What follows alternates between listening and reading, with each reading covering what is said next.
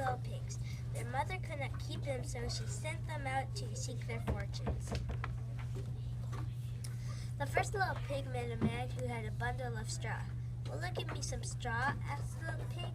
The man gave him some straw. The little pig set to work building a house. He was finished in no time at all. Before long, the wolf was at the door. He called, little pig, let me come in." But the little pig answered, "No, not by the hair of my chinny chin chin." "Then I'll huff and I'll puff and I'll blow your house in," cried the wolf. And he huffed and he puffed and he blew the house in, and he ate up the little pig. The second little pig met a man who had a bundle of sticks. "Will you give me some of those sticks?" asked the pig. The man gave him some sticks, and the little pig set to work building a house. He was finished in a very short time. Before long, the wolf came along. He knocked at the door and called, little pig, let me come in." But the little pig answered, "No, not by the hair of my chinny chin chin."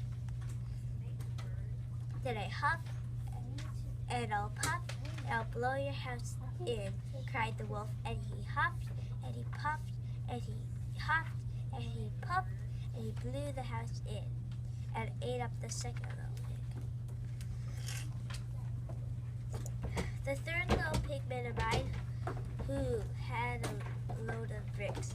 "Will you give me some of those bricks?" asked the pig. The man gave him some bricks, and the pig set to work building a house. It took a long, long time, but finally he was finished. Then along came the wolf. He knocked on the door and said, little pig, let me come in." But the little pig answered, "No, not by the hair of my chinny chin chin."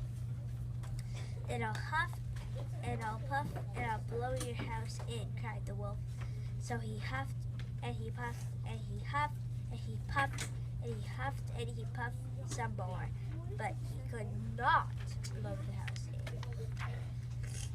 And the wolf thought of another idea. Little pig, I know where there are some delicious turnips." "Where?" asked the little pig. "Not far from here, in a farmer's field," replied the wolf. "If you will be ready tomorrow at 6 o'clock, I'll show you where they are." "All right," agreed the pig, but he got up at 5 o'clock in the next morning and went off to find the turnips by himself. At 6 o'clock, the wolf knocked at the pig's door. "Are you ready?" he called. "I am ready," laughed the little pig. "I have already been there and back. Now I have all the turnips I can use." So the wolf thought another plan. Little pig, he called. "I know an apple tree that is loaded with apples." "Which one do you mean?" asked the little pig. And the wolf replied, "It is far down the road. If you will be ready at 5 o'clock in the morning, I will show you where it is." The pig got up at 4 o'clock next morning and found the apples by himself. But he still was up in the tree when the wolf arrived. "So there you are," called the wolf. "Why did you wait for me?" The little pig called out, "I have been saving the best apples for you. Here, I will throw one down."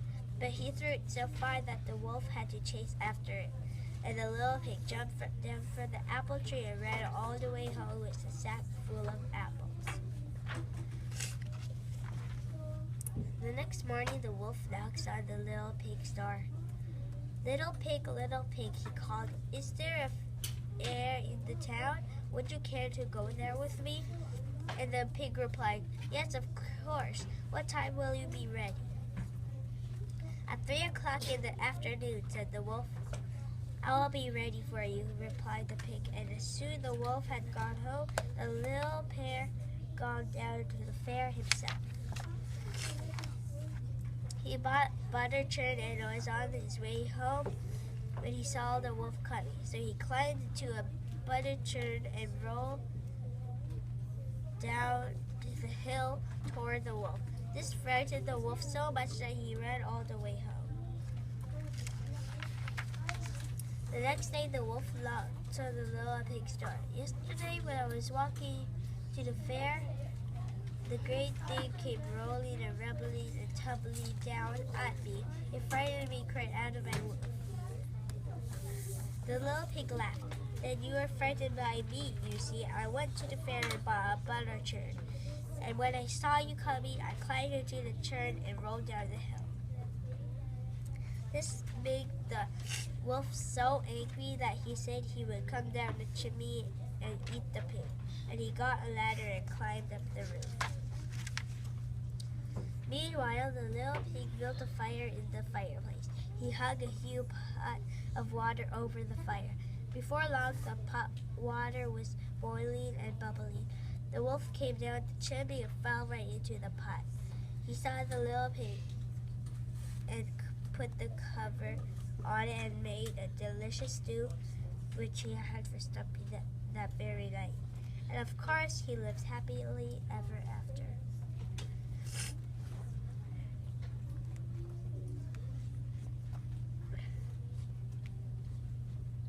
Congratulations.